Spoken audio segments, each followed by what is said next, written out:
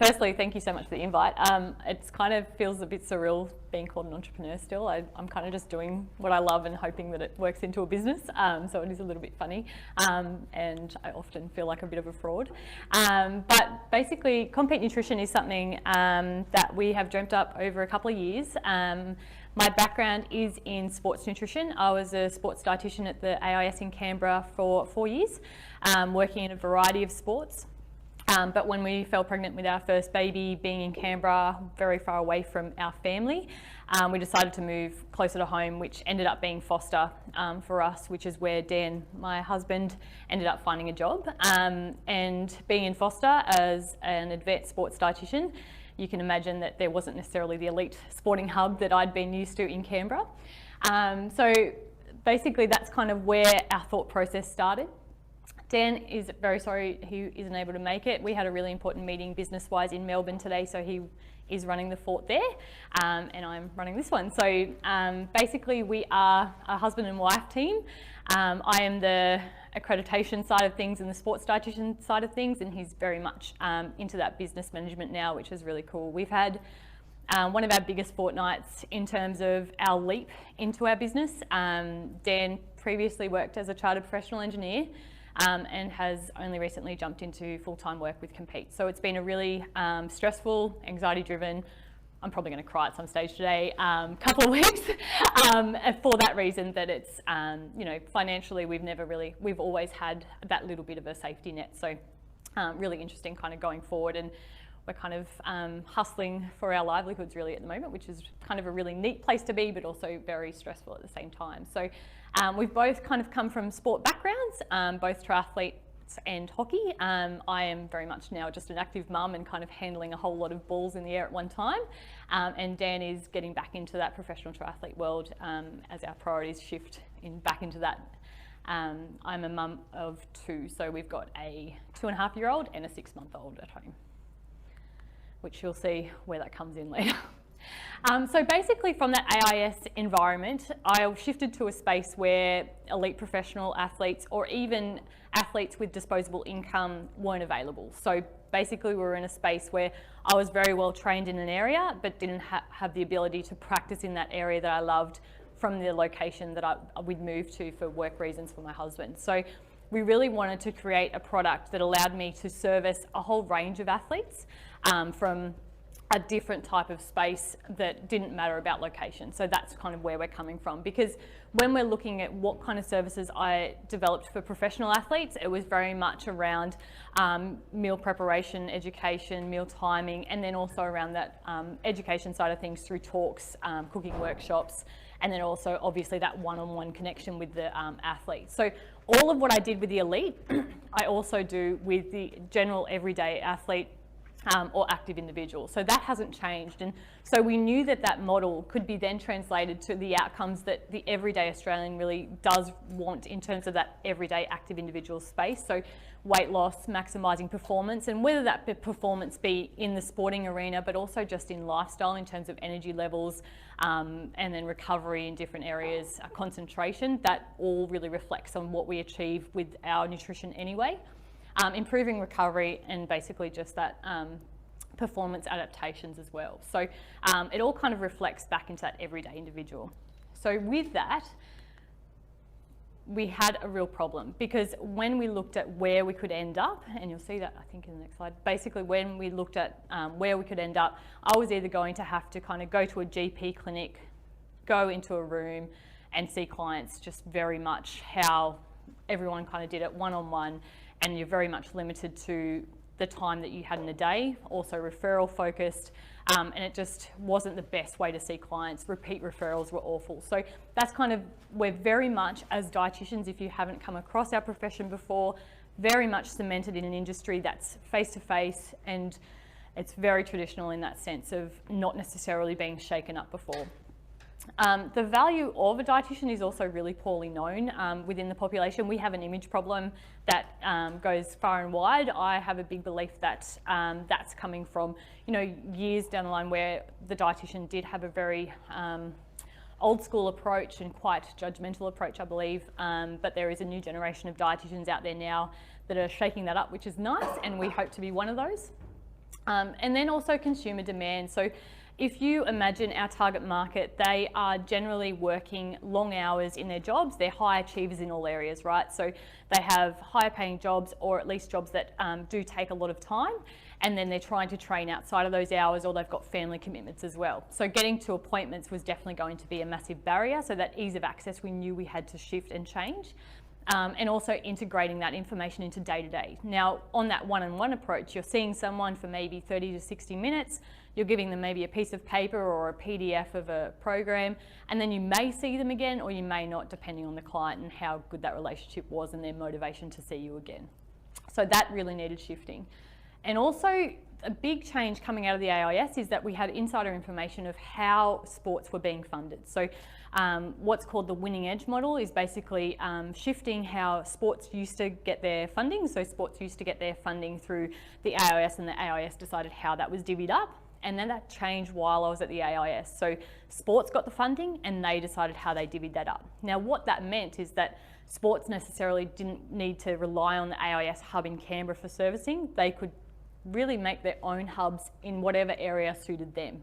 And what that meant is that the sports was being very much decentralised. And we knew that going in is that if we were going to disrupt this market, we needed to create a program that actually suited that change in sport as well in the elite setting. Oh, I'm pointing to the wrong thing. Yeah, that's how I roll. So basically this is the market that we're looking at. More than 60% of the population exercise more than 3 times a week. So when we're looking at the population as a market, it is huge. And we had no doubt that we were not even touching the surface in terms of a profession in seeing those clients. Now we say less than 5% because that's what the only available data is that we had, but I reckon that's an exaggeration. I do believe that hardly anyone in that 60% has seen a sports dietitian in that space. Now, when we're all saying that dietitians can't get jobs, we have a very big issue with getting jobs and staying in jobs, particularly finding jobs that are full-time. We're seeing that we're not even touching that market. So we knew that going in that we had to spread who we were aiming for and kind of go towards there. Now, it's a big market in how much people spend, obviously. There's equipment, there's fees, there's gear, all those types of things, and people invest a lot. And there's a really good growth as well. So we knew going in that if we could target it right, we had a really good market to try and at least get a little bit of. So this is what we've created. Basically, our goal was to be an accredited professional. We are not interested in expanding this so that anyone could be a dietitian or losing that accreditation. We want an accredited professional in your pocket, and there's always going to be an accredited professional behind what you see on the dashboard. We want to keep that because a big part of what we want to do is not only help the individual client, but we also really want to help our profession as well.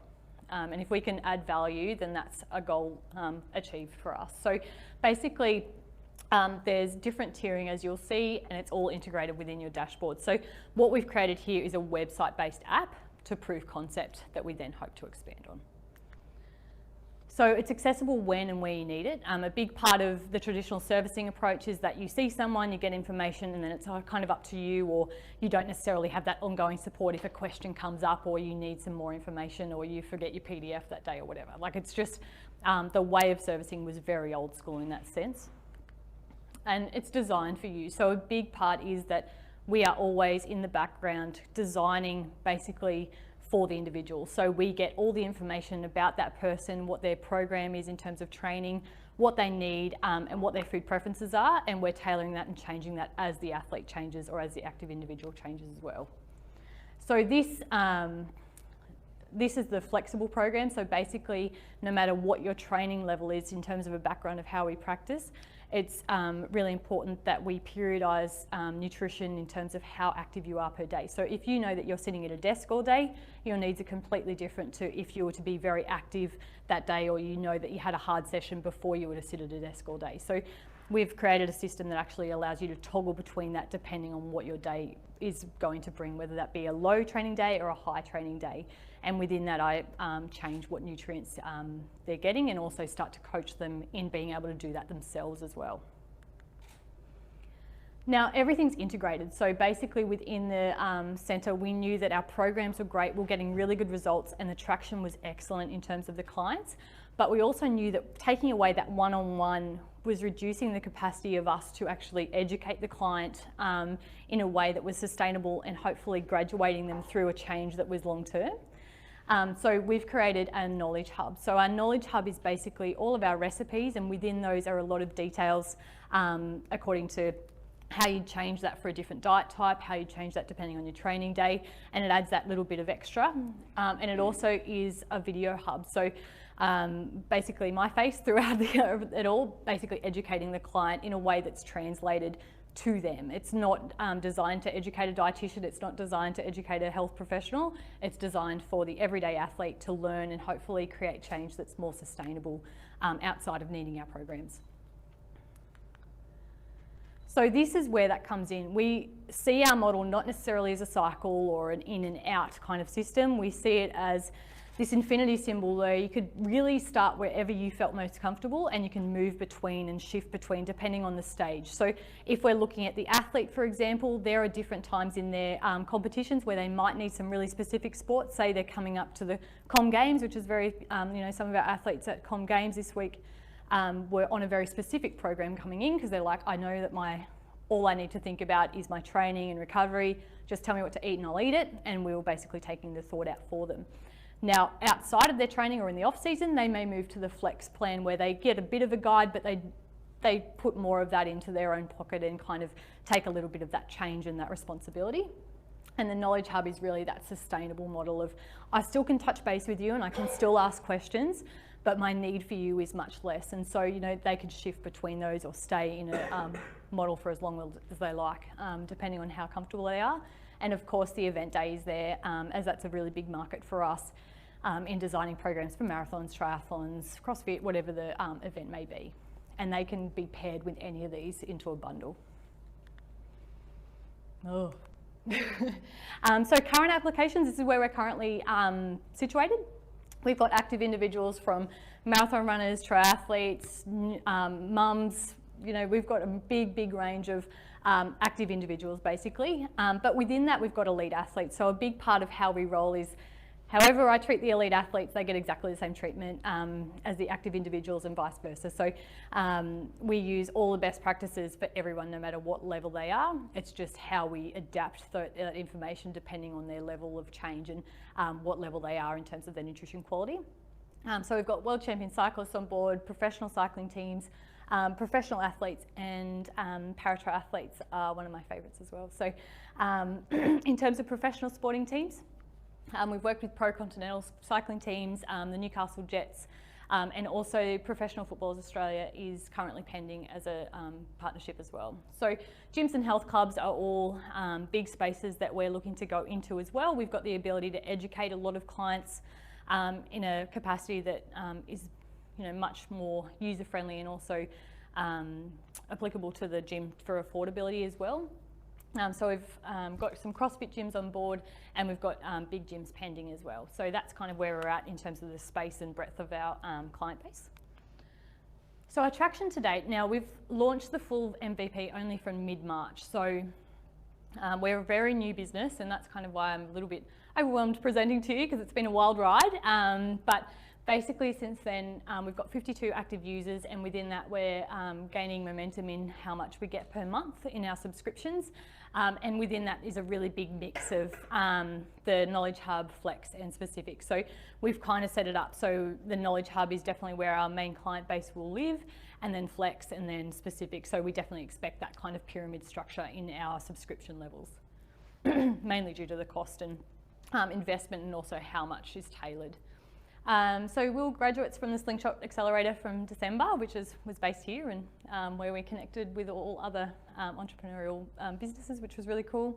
And we're currently working to confirm those developments, as I mentioned in the previous slide. So we've got really world-class athletes, we've got ambassadors, all working really hard to share the love for us and basically have that word of mouth. It's such a key part of nutrition. Nutrition's very, very personal, so no matter how much we market, if we don't have that word of mouth and if we don't have that relationship and trust in the client, we won't basically have market. So that's a really key part, particularly because I'm often behind the computer screen. So a big part of our marketing is absolutely getting our face out there and growing that trust with the basically our market, which has been actually really fun. It's been overwhelming at times to be on live videos and have videos and whatnot. It's definitely out of my comfort zone, but it's been such a key part in growing that trust in our client base. And we've trialled the prototype in Newcastle Jets and also Oliver's Real Food Racing, which is a cycling team. So where do we want to go from here? Almost accidentally, we've created a product that could easily be translated into many more applications than just sports nutrition. So we started sports nutrition for the main reason that that was my bread and butter, that was what I knew, and that's where I wanted to end up. But through the development of this program, we've developed something that could easily be flipped into many different areas to help service more effectively and efficiently in the nutrition space. So, but public health and, you know, especially that rural, remote kind of servicing, corporate and also international. So in terms of the potential development partners, we're looking at professional dietitians actually being part of our partnerships. AIS, we're in talks with at the moment. Health New South Wales, obviously big gyms, and then PFA is almost there. So yeah, that's been a super fun thing that we've been working on as well. So this is us. We were very lucky to gain Ben on the advisory board. So he was part of the Slingshot team and one of basically our mentor. He approached us afterwards and asked us if we would like his support, and we absolutely jumped at that opportunity. He's been an amazing influence on us and our decisions, and helping guide us in the direction that we need to take from someone who's actually got experience in that, where we want to go basically. Obviously there's Dan and I. Jordan is our graphic design member, so he's the face behind all that imagery and logos, and who designed our website, and Seb is our master in basically making that happen, because we had a limited budget and we didn't know how we were going to achieve what we wanted to, and it's definitely become bigger than what we first went to them with, and they're like, hey guys, you're really pushing the boundaries, and we kind of knew that whatever we created to that minimal product, we were going to get to a point where we break it and we had to change, and we're nearly at that point of breaking our product in the way that we've got to move forward and develop an actual iOS app basically. The future positions obviously is like CTO, more servicing dietitians. We've got a dietitian coming on board in 3 weeks, which is super, super exciting to have some assistance in another sports dietitian being on board, and also marketing director. They're all like kind of where we want to end up. So this is our journey so far. Basically from 2015, I should put like baby,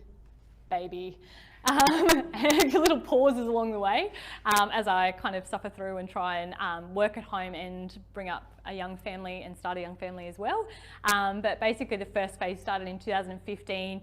We moved to a lot of experimentation, first models, kind of just let a really slow launch kind of happen to some of our products, just to get a lot of feedback and make sure it's what people wanted. And from that, we actually then were able to develop how we wanted to present our product and how we wanted to come. So there's been so many iterations of what we thought we were going to create and what we have created just through trial and error. And that's really the main reason why that journey has been so long for us. And also we didn't win lotto either. So it was kind of service, get enough money, reinvest, and then kind of go from there. So, you know, we've invested a lot of time. When you calculate the amount of money that would have been, it's quite scary. And then also invested pretty much everything into this. So basically where to from here is confirming that growth.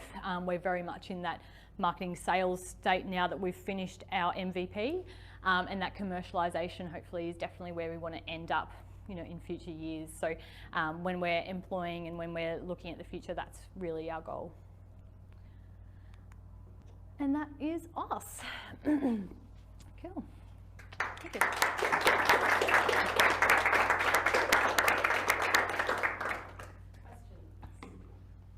Yeah. How have you guys been funded? All through us. Wow. Yeah, so we sold houses, we worked our butts off, and I haven't been paid for 2 years, so we were very, very much budget-wise, and then sold our investments in that way.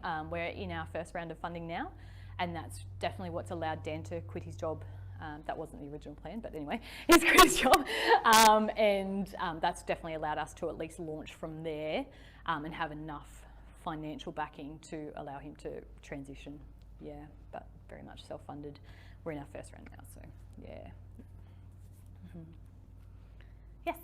So you talk through, my understanding at the moment is you're structuring a B2C model. Yes. Can you lead us through the decision to why we're going B2C and not B2B? Yeah, it's we would love to have gone straight to B2B or have both at the same time, but the prototype that we've built is not secure enough to release it to other dietitians as yet to use. So that was a really big thing. When we were going through the Slingshot program last year, it was a really big push to go to B2B and B2C at the same time. But when we showed them how we work in the back end, it was a team decision to hold that back because it's almost, I guess, what they call secret sauce of how we're able to work efficiently enough to make the amount of income that we need to survive, basically. And in that industry, that's probably the limiting factor, is that efficiency in servicing and that basically being so limited by time. So that's the reason why we've held back. Once we build the app and we can protect that IP, that will be when we move. We really want to have a development partner who is focused on that B2B, and that's our next step, is to hopefully show and help so they can help us develop that B2B model with us in a way that's going to be really useful for other dietitians, but we're just not quite there yet. Yeah, we didn't want to launch until we had the reputation and the name to launch with. Yeah. Do you think B2C or B2B has more potential? Oh, it's a good question. I think B2B. Yeah, just because of scalability. Yeah, which will be fun. So I guess is that what you're saying is you Yeah. want to demonstrate that you could actually deliver a service to one consumer and Yes. many of them, Yeah. and prove that model, Yep. and then make the B2B model Absolutely. easier. Yeah. I just believe, and it was a team decision, that if we released B2B when early, it would not have been a good reflection on our product, because it's a very intensive and clunky system that we're running now, which is great when we know how to use it, but branching that out, it would have been a complete mess. Yeah. So when we launch B2B, it's going to be smick-as and very exciting. So yeah, we're perfectionists. I think it would split the business when you got to that. You'd have license and be focused on B2B and then have your own sort of free. Yeah, I think because the advanced sports dietitian area and my name is valuable, they've almost wanted me to create the name as me, which is probably where we'll lie, is that we'll still hold Compeat as us in servicing, but still allow that, I guess, software to be used as an application with other dietitians, and whether that be within their own name and their own brand. And it's more of a software model than that kind of thing, yeah. Or license to use, yeah. Yes? So when customers are using this, your program, how much data, or what sort of data are you collecting on there? Yeah, so we've just integrated with Salesforce as of the last couple of weeks. We knew that was a really big thing that we were missing, but basically finance just limited how much we could spend on licenses in that area. So we're now collecting a lot more data, monitoring progress a lot more, and that linkage was also connected to knowing that we were about to grow with dietitian numbers, and managing clients was something that we were really limited with our current system. So that's allowed us to do that much better. So yeah, that's improving, and we'll continue to improve when we build that app side of things too. Yeah. How do you imagine you're going to use that data that you collect? I don't know, I've never really been asked that question. I guess that what we're collecting at the moment is showing client satisfaction and progress, and I think that kind of return on investment is so critical, that has not really been measured before in our profession. So that's definitely where our concentration is, in the data that we're collecting, and also obviously in that marketing space. That's going to be really handy to know where our clients are, what our client base is like, and then who we need to really target. Yeah. So where's the funding round up to?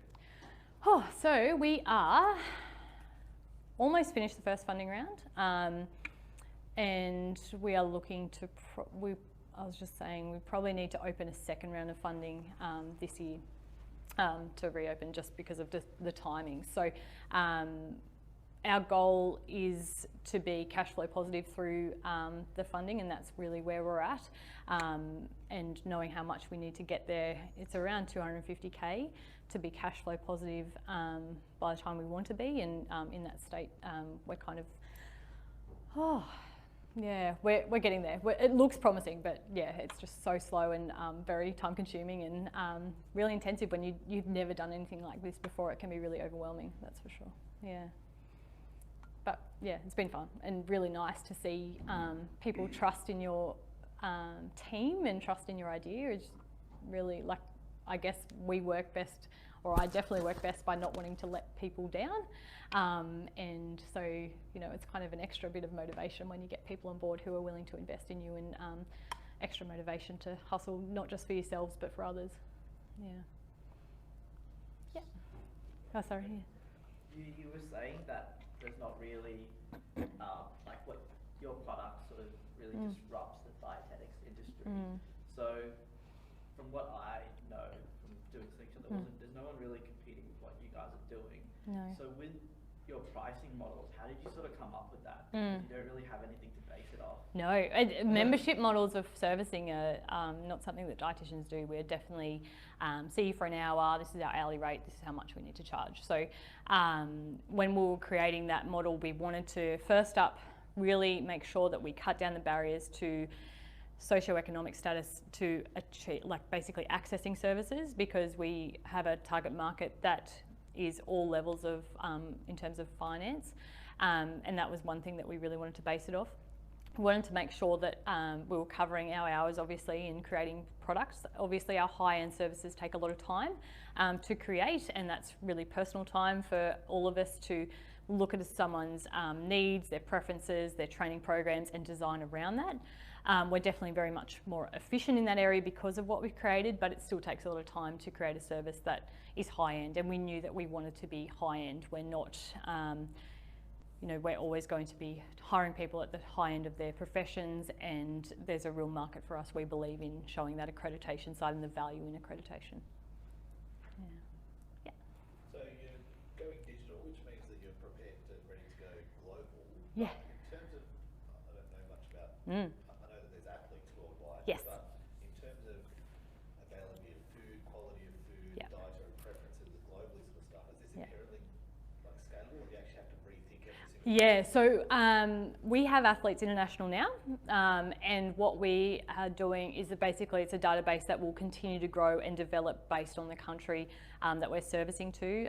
Our newest member will be fluent in Italian, which is really neat, and we will probably have to set up sub-sites basically of dietitians fluent in countries, and also obviously in knowing what foods are available and when and those types of things. So yeah, it's definitely our limitation. So our first role of, you know, going international will be in places with a similar food supply and similar food availability to Australia for that reason. Yeah, big job. That's probably what's taken the most, is just growing that database of food selection and data within that. Yeah, it's huge. Have you looked into Yeah, yeah. Hey. like in terms of using machine learning and recommendation engines for, I guess, options for menus? So like, Yeah. I know you kind of had options for, say, breakfast. Or Yeah. looked into kind of the data side of. Yeah, that's not my forte. Oh gosh, that would be amazing. What we've done is definitely improved the efficiency within that, and I can't reveal how we do it because it's kind of how we've managed to become so efficient. But that automation of selection would be something that would be amazing in that space. But yeah, as we talk to more tech people, because we are non-tech people going into a tech world, we are definitely growing our knowledge base, and how, you know, what's actually possible, I think, is what we've learnt, is that we kind of went in not knowing what we could create, and through talking to people and getting people specific and, you know, experts in their area, we've actually learnt what's possible, and that's been really cool. Yeah, that would be amazing. Yeah. Do you like personalize and caloric intake and all of those different things for like particular actual human being? Is that possible at this stage where you are like Yes. everyone can put their height, their body range, Yeah, or yeah. like how old they are and what are their kind of goals or what Yeah. you want to achieve in, let's say, which time period. Do you also have like the different people with like, you know, the intolerance for different Yes. things? Do you also include Yeah, so we are very much about servicing the person.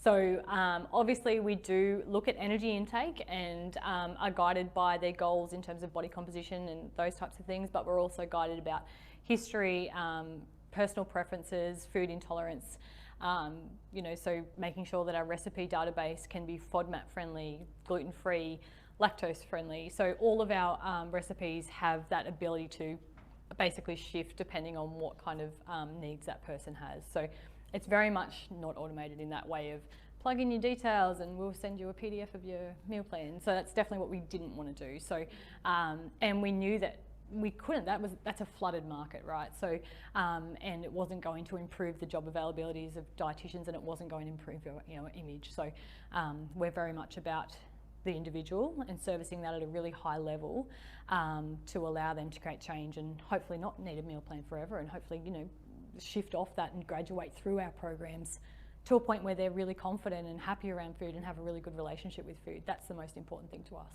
So do you get like No, like that's regular feedback from your clients? Yes. So actually what I didn't show is we've got the main way that we communicate with our clients is through a chat function integrated within the dashboard. So I talk to them at least, you know, it depends on what system, like what platform they're on.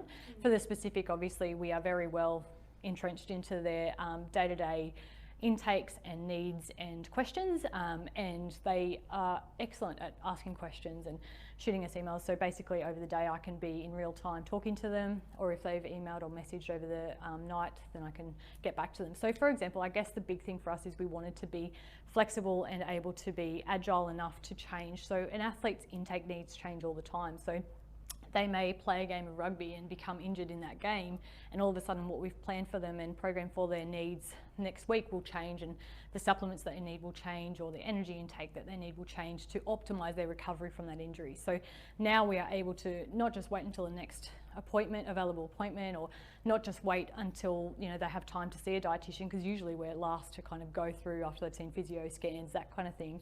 We're able to go through, okay, straight away, let's optimise, and we can improve return to play anywhere from 2 to 4 weeks from adequate nutrition. So our return on investment for a player asset is very high if done right. So yeah, that's you know, that agility is really important too in that sports scene. Yeah. So if it's a manual process, what are you guys actually saving, like apart from the face-to-face time, if you Yeah. used to do say an hour face-to-face, and then that's kind of, Yeah. like how much time do you guys actually put into each user? Yeah, so it varies a lot. Some users are very time intensive, and that's their personalities and their need for higher education, and they just naturally have more questions and need more answers, and that's okay. And then we've got others that are very independent and are pretty happy to go on their way, and we'll just touch base now and again depending. And so it very much varies. Obviously we've set it up so the specific has a lot more time, but we've still reduced that client interaction through just efficiencies in creating that database and also talking to the client, compared to seeing them say an hour 1 week and not really expecting them to come again for at least 2 to 4 weeks if they do actually come back. So it's more of a weekly time investment of at least half hour per client, and obviously much less for the Knowledge Hub guys that are kind of just ticking away and asking questions as they need that are very general. So it's a very much a different way of seeing it. The big issue with that, see someone for an hour in the sports nutrition sense, is when you see someone, say a sports dietitian, and want, say, a race day program or something like that, you see them for an hour and you get all their information, but then you've got to go back while they're not there and create that event plan and then get it to them. So when you're charging them, they kind of go, gosh, why is it so expensive? Well, you're like, well, yeah, this is going to take me another 3 hours by the time you leave here. You really got to pay for 3 to 4 hours rather than just that hour you're seeing me. And that's a real battle in our profession of making that time efficiency in that time. So we're kind of gathering information in the background now of our clients while it's in their time, and then utilising that to create a program that fits them best in our time. So it's really much more efficient in that way. You know, there's definitely limitations, you know, not taking out that one-on-one approach is something that I hated at the start. I was like, gosh, it's such a critical part of how we roll and what I enjoy doing, and I realised that a lot of that would have to be changed, and I was going to lose that interaction. So that was a really hard thing to take, but you know, so that made it a really big thing that we wanted to create a system that didn't remove that one-on-one and didn't remove that need for someone to interact with us. It was just a different type of interaction. Yeah. So you got a phone? Yeah, so depending what they want, so we can do Skype or, you know, any of those types of things if they wanted. Some want it, some don't. We can do messaging, Facebook messaging, like it's just whatever the client feels most comfortable communicating with. We're very flexible in that regard, but we do streamline most conversations through our chat function for that reason. And, you know, as soon as you're seeing someone on that Skype consult or on that phone call, it's not something we go, you know, everyone gets access to. It's if you need it, we are there in that kind of sense to support, in the sense that you need it. But because of the time intensiveness of that, we wouldn't necessarily be able to scale and be as efficient as we are now in the current way of servicing. Yeah. Sorry. Sound guys, honestly. So in terms of the whole platform seems to be based on this search for efficiency. Yeah, well, that was definitely the originator. Yeah, my husband was like, "What are you doing, and why?" So one of the ways that I've been looking at efficiency is by trying to work out people's similar needs and then grouping them together and having a group session rather than a one-on-one session. Yeah, It yeah. provides you, like 99% of the effectiveness of one-on-one with the efficiency of group. Yeah. If you looked at that as your approach, Yeah. allow that to be an approach. Yeah, in the team setting, it's definitely something that we're looking into and changing to adapt to that.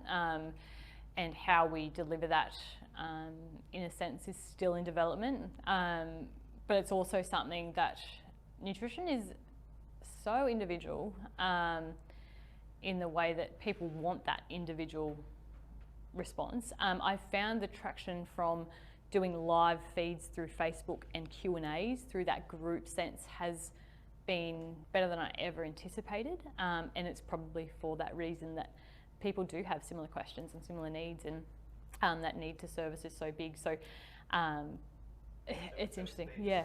Yeah. Start to be able to use your database to say, okay, well, these people are all triathletes. Yes. Use that triathlete program. These people are all basketballers. Use that basketball program. Yeah, to an extent, yeah.